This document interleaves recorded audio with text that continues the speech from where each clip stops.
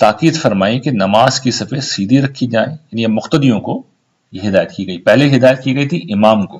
کہ وہ اس کا اہتمام کرے، وہ یقینی بنائے، لیکن اس سے پہلے مقتدیوں کو خود ہی خیال کر لینا چاہیے۔ تو انہیں کیا سمجھایا کہ نماز کی صفیں سیدھی رکھیں، موڑنے بالکل برابر ہوں، درمیان میں خلل نہ ہو، یعنی گیپ نہ ہو، لوگ ایک دوسرے کے ساتھ مل کر کھڑے ہوں، عاقل و بالغ آگے آئیں، پھر ان سے چھوٹے اور ان کے بعد ان سے چھوٹے۔ تو یہ حضور نے طریقہ سکھایا۔ ہمارے یہاں جو البتہ کیا جاتا ہے کہ کوئی بچہ اگر آگے آ جائے تو اس کو پھر کھینچ کے باہر نکالا جاتا ہے، یہ درست طریقہ نہیں ہے۔ نماز پڑھ لے بچہ، پڑھ دیں، اس لیے دیکھیے ہمارے یہاں تو بچے بڑی مشکل سے نماز پڑھنے کے لیے آتے ہیں، اور جس طرح ہم اپنے بچپن میں دیکھتے رہے ہیں کہ بچوں کو ڈانٹ کے بھگایا جاتا تھا، تو یہ درست طریقہ نہیں ہے، بلکہ بعد میں یا تو ان کے والد صاحب کو توجہ دلا دیں،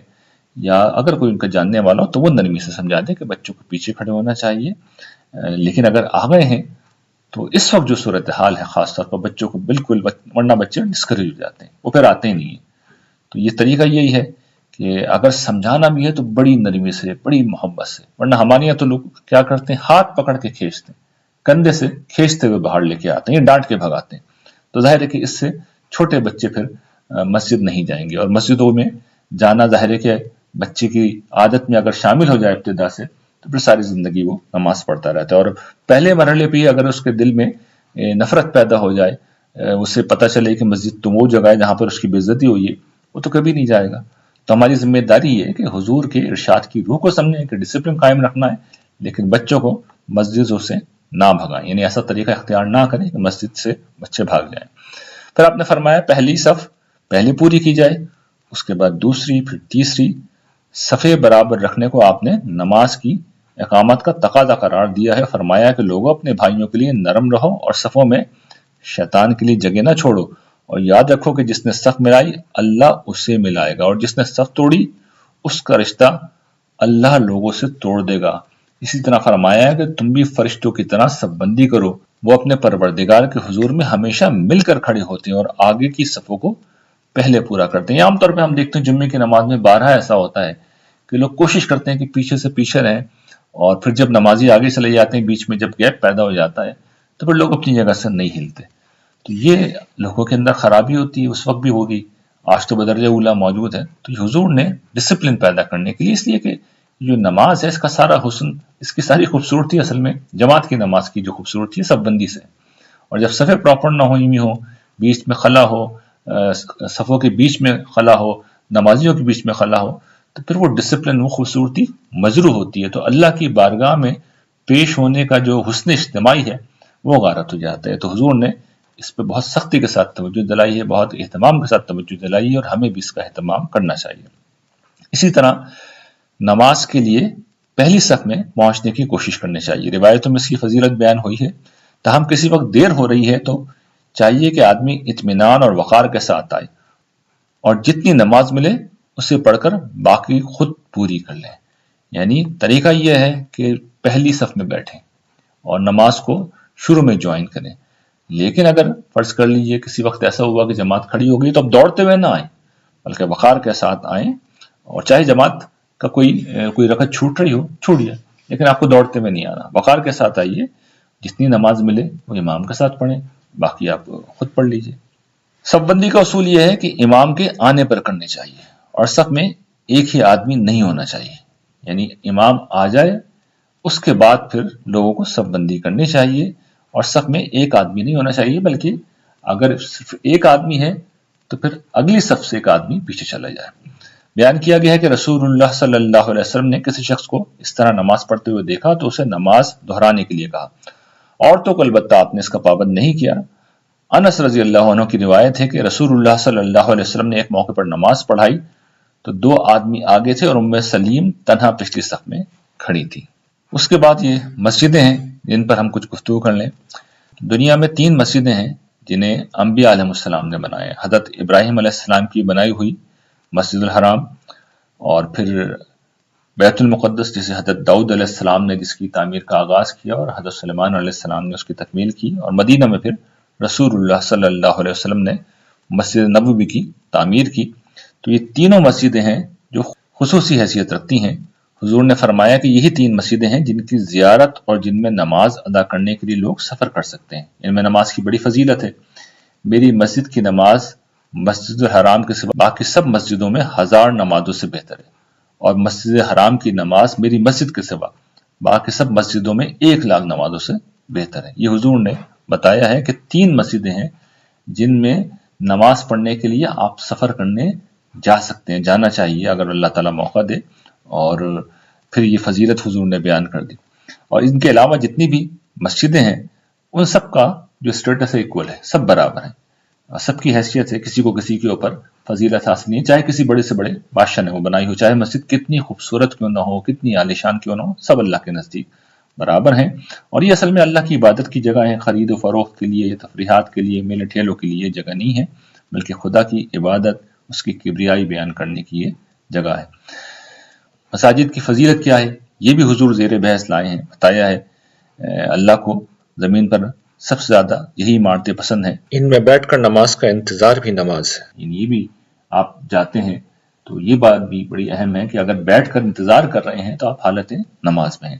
اور جتنی دور سے لوگ ان میں عبادت کے لیے آئیں گے اتنا ہی اجر پھر زیادہ ہوگا۔ مسجدوں کا جو آداب ہے وہ یہ ہے کہ جو شخص بھی مسجد میں داخل ہو اسے چاہیے کہ بیٹھنے سے پہلے 2 رکعت نماز پڑھ لیا کرے، یہ ایک بات حضور نے کہی ہے۔ اور پھر حضور جب مسجد میں تشریف لاتے تو اس موقع پر اللہ کی پناہ مانگتے تھے، جس کے الفاظ بعض روایت میں اس طرح نقل ہوئے: اعوذ باللہ العظیم وبوجہہ الکریم وسلطانہ القدیم من الشیطان الرجیم۔ مطلب یہ ہے کہ میں شیطان مردود سے خدائے عظیم، اس کی ذات کریم اور سلطانی قدیم کی پناہ میں آتا ہوں۔ اور پھر ایک دعا بھی اس موقع پر منقول ہے: اللہم افتح لی ابواب رحمتک، اے اللہ میرے لیے اپنی رحمت کے دروازے کھول دے۔ اور مسجد سے نکلنے کی بھی ہم جانتے ہیں کہ ایک دعا ہے جو حضور نے سکھائی ہے: اللہم انی اسألک من فضلک، اے اللہ میں تجھ سے تیری فضل و عنایت کا طلبگار ہوں۔ جو آج کا آخری ٹاپک ہم دیکھیں گے وہ نماز میں غلطی کا ہے۔ نماز میں ظاہر ہے کہ اعمال اور اذکار مقرر کیے گئے ہیں، جو شریعت میں اعمال و اذکار مقرر کیے گئے ہیں، نماز میں اگر ان میں کوئی غلطی ہو جائے یا شبہ ہو تو پھر سنت یہ قائم کی گئی ہے کہ غلطی کی تلافی اگر ممکن ہے تو کر لی جائے، اور تلافی کے بعد اور ممکن نہ ہو تو اس کے بغیر ہی نماز کے آخر میں 2 سجدے کر لیے جائیں۔ یہ جو 2 سجدے ہیں اس کو سجدہ سہو کہا جاتا ہے، اور اس کا جو طریقہ مختلف روایات میں بیان ہوا ہے وہ میں آپ کے سامنے رکھ دیتا ہوں۔ حضور نے ایک موقع پر ظہر کی نماز پڑھائی، لیکن پہلی 2 رکعتوں کے بعد قعدہ نہیں کیا، اور اس کے بغیر ہی تیسری رکعت کے لیے کھڑے ہو گئے، یعنی بیٹھنا بھول گئے، لوگ بھی آپ کے ساتھ کھڑے ہو گئے، یہاں تک کہ نماز پوری ہونے کو تھی اور لوگ سلام کے منتظر تھے کہ آپ نے تکبیر کہی اور سلام سے پہلے 2 سجدے کیے، پھر سلام پھر دیا۔ تو یہ حضور نے یہ کر کے لوگوں کو دکھایا کہ اگر کوئی غلطی ہو جائے اور خود حضور کو اندازہ ہو گیا کہ یہ رہ گیا ہے، یاد آ گیا حضور کو، تو حضور نے اس طرح سجدہ سہو کر کے نماز مکمل کی۔ ایک اور موقع پر یہ ہوا کہ حضور نے ظہر کی نماز 5 رکعت پڑھا دی، ظہر کی نماز پڑھ رہے تھے اور 4 کے بجائے 5 رکعتیں ہو گئیں۔ نماز کے بعد لوگوں نے پوچھا: یا رسول اللہ کیا نماز میں اضافہ کر دیا گیا ہے؟ فرمایا: کیوں، کیا ہوا؟ لوگوں نے عرض کیا: آپ نے 5 رکعتیں پڑھی ہیں۔ اس پر حضور نے وہیں بیٹھے ہوئے پاؤں موڑے، قبلے کی طرف منہ کیا اور 2 سجدے کر کے سلام پھیر دیا، پھر لوگوں کی طرف متوجہ ہوئے اور فرمایا: نماز کے معاملے میں کوئی نیا حکم ہوتا تو میں تمہیں بتا دیتا،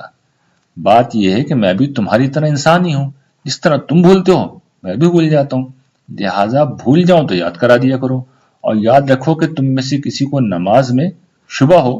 تو وہ صحیح بات کا اندازہ کرے، پھر اسی کے لحاظ سے نماز پوری کرے، پھر سلام پھیرے اور اس کے بعد 2 سجدے کر لیں۔ تو حضور نے یہ بتا دیا بالکل کہ بھئی میری بھی کریکشن کر دیا کرو، میں بھول جاتا ہوں، یہ ظاہر ہے کہ انسانی کیفیت ہے، کچھ پہ بھی تاریخ ہو جاتی ہے، اور پھر تمہیں جب یہ معاملہ پیش آئے تو پھر حضور نے طریقہ سکھا دیا کہ تم بھی یہ کر لیا کرو۔ ایک اور موقع کا ذکر ہے کہ نبی صلی اللہ علیہ وسلم نے ظہر یا عصر کی نماز 2 رکعت پڑھی اور پھر سلام پھیر دیا۔ مسجد کے اگلے حصے میں ایک لکڑی رکھی ہوئی تھی، آپ گئے اور کچھ غصے کے عالم میں اس پر ٹیک لگا دی۔ لوگوں میں ابو بکر عمر بھی تھے، لیکن آپ کی ہیبت سے بات نہیں کر سکے۔ محسوس ہوتا ہے کہ اس موقع پر کوئی خاص واقعہ ہوا ہوگا اور حضور کا کچھ دھیان اس طرف ہوگا، ایک جلال کی کیفیت حضور پہ طاری تھی، تو پھر ظاہر ہے کہ کس کی جرت ہے کہ وہ اٹھ کے حضور کے پاس جائے۔ یعنی حضور کی چونکہ بڑی غیر معمولی حیثیت تھی، آپ اللہ کے نبی تھے، اللہ کے پیغمبر تھے، اللہ کی نمائندگی کر رہے تھے تو آپ کا ایک بڑا غیر معمولی روب تھا، گرچہ آپ کی ہستی بڑی کریم تھی لیکن روب اپنی جگہ تھا. اور پھر خاص طور پر اس وقت جو کیفیت تھی، جو چہرہ مبارک پر جلال کے آثار تھے، تو بڑے بڑے صحابی حضرت ابوبکر، حضرت عمر جیسے لوگ بھی تھے، ہمت نہیں کر سکے. اتنے میں ہوا یہ کہ کچھ لوگ مسجد سے نکلے اور کہنا شروع کر دیا کہ نماز کم ہو گئی ہے. اس پر ایک صاحب جنہیں ذوالیدین کہا جاتا تھا اٹھے اور انہوں نے ہمت کر کے نبی صلی اللہ علیہ وسلم سے پوچھا، آپ بھول گئے ہیں یہ نماز کم کر دی گئی؟ آپ نے فرمایا، نہ میں بھولا ہوں اور نہ نماز کم ہوئی ہے. یعنی اس سے اندازہ ہوتا ہے کہ حضور کو ابھی اندازہ نہیں ہوا تھا کہ کیا ہوا ہے. انہوں نے عرض کیا، کچھ تو ہوا ہے اللہ کے رسول. یعنی انہوں نے اپنی بات پہ اصرار کیا. تو آپ نے لوگوں سے پھر کنفرم کیا کہ بھئی یہی ہوا ہے، کچھ مسئلہ ہوا ہے. انہوں نے بھی یہی کہا. تو آپ نے پھر، ظاہر بات ہے پوری بات سامنے آ گئی ہوگی، تو پھر آپ نے 2 رکعتیں اور پڑھی، پھر سلام پھیرا، پھر تکبیر کہی اور اپنے معمول کے مطابق یہ اس سے کچھ لمبا سجدہ کیا، پھر سر اٹھایا اور تکبیر کہی، پھر تکبیر کہی اور اپنے معمول کے مطابق یہ اس سے کچھ لمبا سجدہ کیا، پھر سر اٹھایا اور تکبیر کہی. تو یہ بھی روایات کے اندر بیان ہوا ہے. رسول اللہ صلی اللہ علیہ وسلم نے ایک اور موقع کا ذکر ہے کہ عصر کی نماز پڑھی، 3 رکعتوں کے بعد سلام پھیر دیا، پھر اپنے حجرے میں چلے گئے. ایک شخص جسے خرباق کہتے تھے اور جس کے ہاتھ بہت لمبے تھے، اس نے آپ کو بتایا. آپ غصے میں اپنی چادر کھینچتے ہوئے باہر تشریف لائے اور لوگوں سے پوچھا، یہ سچ کہتا ہے؟ انہوں نے تصدیق کی تو آپ نے 1 رکعت پڑھی، پھر سلام پھیرا، پھر 2 سجدے کیا اور اس کے بعد دوبارہ سلام پھیر دیا. تو یہ بھی ایک روایت میں ہمیں تذکرہ ملتا ہے. ایک روایت سے معلوم ہوتا ہے کہ ایک موقع پر جب اسی طرح چھوٹی ہوئی رکعت ادا کرنے کے لیے نبی صلی اللہ علیہ وسلم دوبارہ مسجد میں آئے تو آپ کی ہدایت پر سیدنا بلال نے اس کے لیے اقامت بھی کہی. محسوس یہ ہوتا ہے کہ اس موقع پر کچھ لوگ شاید مسجد میں باہر جا رہے ہوں گے، تو ان کو پھر متوجہ کرنے کے لیے کہ حضور بلا رہے ہیں، اقامت کہی گئی ہوگی.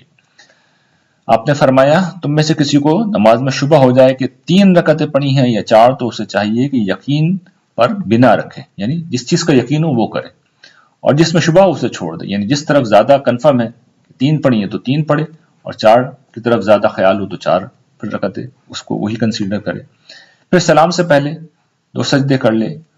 اس نے 5 رکعتیں پڑھ لی تو یہ سجدے انہیں جفت کر دیں گے، اور 4 پوری کر دیں تو شیطان کے لیے باعث ذلت ہو جائیں گے. اصل چیز کیا ہے؟ وسوسہ انگیزی چونکہ شیاطین کی طرف سے ہوتی ہے، تو حضور نے کہا کہ جس طرف زیادہ تمہارا رجحان ہو وہ کام کرو، اور جو غلطی کا احتمال ہو اس کے لیے 2 سجدے کر لو. تو جب یہ کر لو گے تو تم نقصان کسی صورت میں بھی نہیں ہے، اس لیے کہ جو تمہاری 5 رکعتیں پڑھ لی تو یہ سجدے انہیں جفت کر دیں گے، اور اگر 4 پوری کر دی تو شیطان کے لیے باعث ذلت ہو جائیں گے. اس زمن کی ایک اور بات یہ ہے کہ غلطی امام سے ہو اور نماز کے بیچ میں آپ کو اندازہ ہو جائے اور نماز کے بیچ میں مقتدی یہ چاہ رہے ہیں کہ توجہ دلائیں، تو اس موقع پر یہ سکھایا گیا ہے کہ امام کی غلطی پر لوگ سبحان اللہ کہیں گے، اور اگر عورتیں وہاں موجود ہوں، آواز بلند نہ کرنا چاہیں، تو آپ نے پھر یہ سکھایا ہے کہ وہ ہاتھ پر ہاتھ مار کر متنبہ کریں گی. اسی طرح فرمایا کہ قرأت میں غلطی ہو جائے تو سننے والے امام کو یاد دلا دیں گے. یعنی امام قرآن پڑھ رہا ہے اور قرآن کا کوئی حصہ پڑھتے پڑھتے وہ غلط پڑھ گیا ہے، یہ ایک جگہ سے دوسری جگہ چلا گیا ہے، جسے متشابہ لگنا کہا جاتا ہے، تو پھر جو لوگ پیچھے موجود ہیں اور ان کو قرآن یاد ہو تو پھر وہ اس کی کریکشن کر دیں. تو یہ آج ہم نے نماز کی جماعت کے حوالے سے، مسجدوں کے حوالے سے، اذان و اقامت کے حوالے سے، اور اسی طرح آخر میں یہ جو نماز میں غلطی ہے، ان چیزوں کو کور کیا. انشاءاللہ یہ سلسلہ جاری رہے گا. وآخر دعوانا ان الحمد للہ رب العالمین.